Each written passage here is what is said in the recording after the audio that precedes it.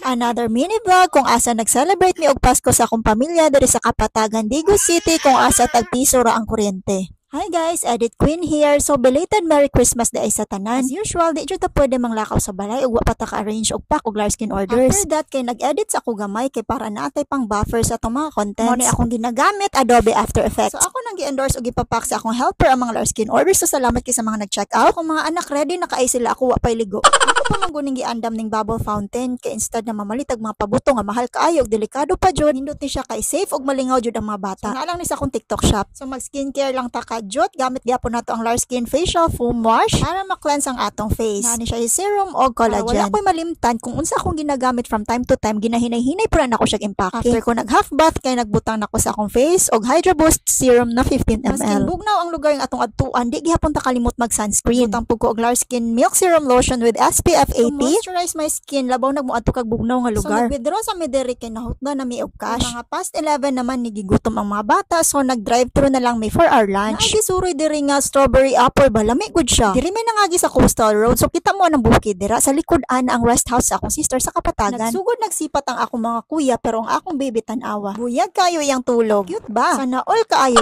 After sa Coastal Road kay diri mi sa may Toril perting trapika. Di ay to kay one way lang diring dapita pagawa sa may checkpoint. Kay nani pasaka nami sa Kapatagan and foggy kaayo ang dalan. Kay na pressure naman ko ganina diri na ko nag-makeup sa sakyanan. So, tanan akong ginagamit na alang sa akong TikTok shop ha pag check out lang mo. Usually diri jud mi nag-celebrate og Christmas sa Kapatagan, Digos City kung asa gitukod ang rest house sa akong sister. Na personally gibuhat sa ako ang papa. We're proud to say nga katong pandemic after sa retirement ni papa, panday ni niya nga balay for about 7 months. Kabuutan sa akong mga pamangkin kay nagtinabangay sila limpyo sa balay bago lang silang abot pod, so nagsunod rami. Ikan pa pod sila sa sentro sa Digos, pasaka diri sa Kapatagan. Na medyo kayo mupuyo diri kay hastang bugnawa. Dito sa ako diri kay manguha ko og bayabas. Sama sa akong giingon sa intro, piso ra gud ang bill sa kuryente diri. Nga maulaw man ang aircon og electric fan kay hasta mang bugnawa.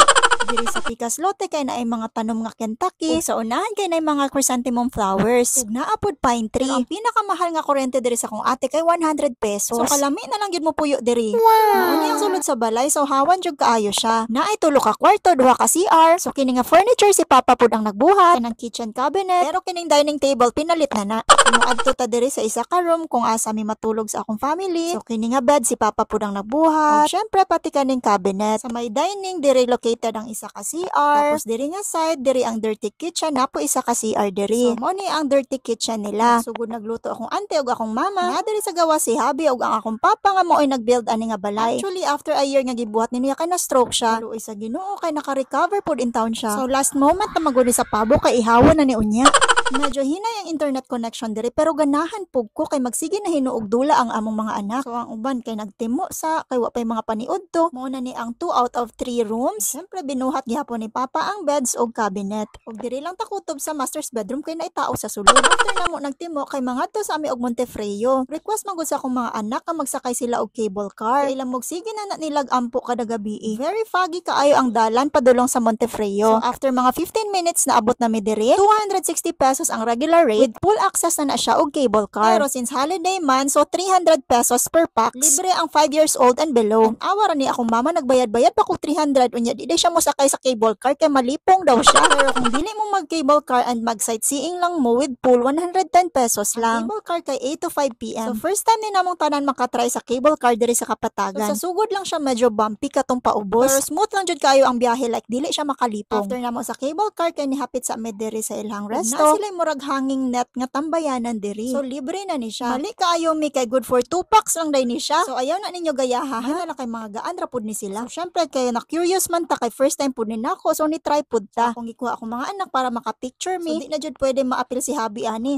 Good ka cute sa ilahang notice nga maximum capacity na 2 packs. Pero sorry. So after that kay nangaon mi, nagpicture-picture. So wala na mi nagpull, igo na lang mi nagpicture-picture. So paggawas na mo sa Montefreo, finally nagpakita na si Mount Apo. So mga 1 1 hour lang may nagstay sa Montefrio. While on the way kay nagdudo na ang akong baby. Nalingaw kayo may nagtanaw sa mga kabayo along the way. Like normal transportation na nila ang mga kabayo diri sa Kapatagan. Ug while sa biyahe wa na ko kasabot sa akong panagway. Sa gani na kaing aning idara sa bata magkagidlay na gyud ta. Pero wa pa class na ang inahan, ang importante nag-enjoy si baby. And finally nakabalik na may diri sa rest house sa akong sister. Basta muadto may diri kay magdala jud may aning slipoy. Slipoy among tawag ani kay mura man gud siya sleeper. Dili lang man gud ni para sa mga bata, para pod sa mga kids at heart. So, ang owner sa house akong eldest sister na nag-enjoy kayo sa slipoy kay dako po kay hawan ilang balay. Siyempre di palupig ang iyang bana. Nag-iyahay nagpangilog sa mga bata. Dili aside kay na busy pod akong isa ka sister pag-prepare sa mga props sa parlor games. Tabang pod akong second born diri sa kusina kay busy na akong eldest sister para pag-prepare sa kinilaw. Diri pod likod sa balay kay nagtapok pod ang mga bana. Kay ilahan ng lechonon ang pabo. Mo ni ang pinaka-highlight sa amoang handa kay murag first time jud namo makatilaw ani. Diri sa Dirty Kitchen kay naa na pod gina-prepare nga bisaya nga manok og mga crabs og mga seafoods. Ako nang gi-distribute tong chocolate nga gihatag sa akong barkada during reunion. So thank you kaayo ani Lay. Yan nagtimo sa ang mga bata ug naunsa og giunsa man ni sa ako ang third born ang Pringles. Diri pod ta sa gawas sa balay kay nagtambay ang akong papa. So dira na siya usually sa iyang rocking chair ug naa siya friend. Nangutana kung apo ba daw ko ni papa. Ana na lang jud ko ka baby face. Charis. Naapoy freshly picked diri nga dahon sa sayote. Lami kayo ni isagol sa bisayang manok nga tinola. Akong auntie kay busy na og hiwa sa mangga nga hilaw para sa kinilaw. Akong mama kay nagluto na ug akong sister with chismis. Samtang busy sila kay nagvideo kay na lang ko diri sa sala. Dili ko singer ha pero basig mag-request na. Mo na dayon ni ang among parlor games. So akong eldest sister gyud ang nag-facilitate og nag-prepare ni nga mga dula. Simple lang pero nag-enjoy kaayo sila. Syempre kita ang in charge og sponsor sa prizes. 20 lang gud uy. Happy lang pug ko kay ni apil pod akong papa maski na siya sa stroke. Mo na problema maghilak lagi ako mga anak pag mapildi. Pero may na lang kay nakabawi siya ani nga game.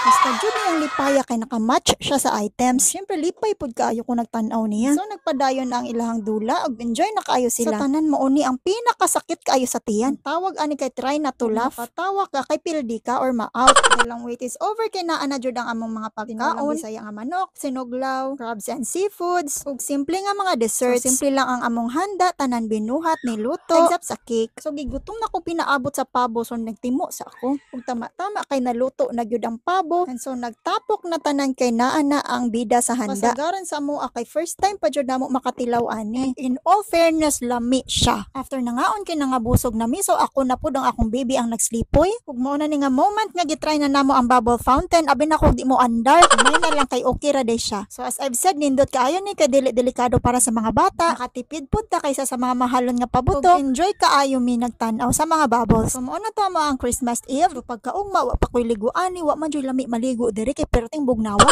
So nanguha sa mi og kantakig diri nga side sa akong mama. Kay mas maayo daw ni siya kwaon kay malinghod ra ni diri. So best feeling jud kayo para sa ako ang mag-harvest ay lang jud ko patanuma.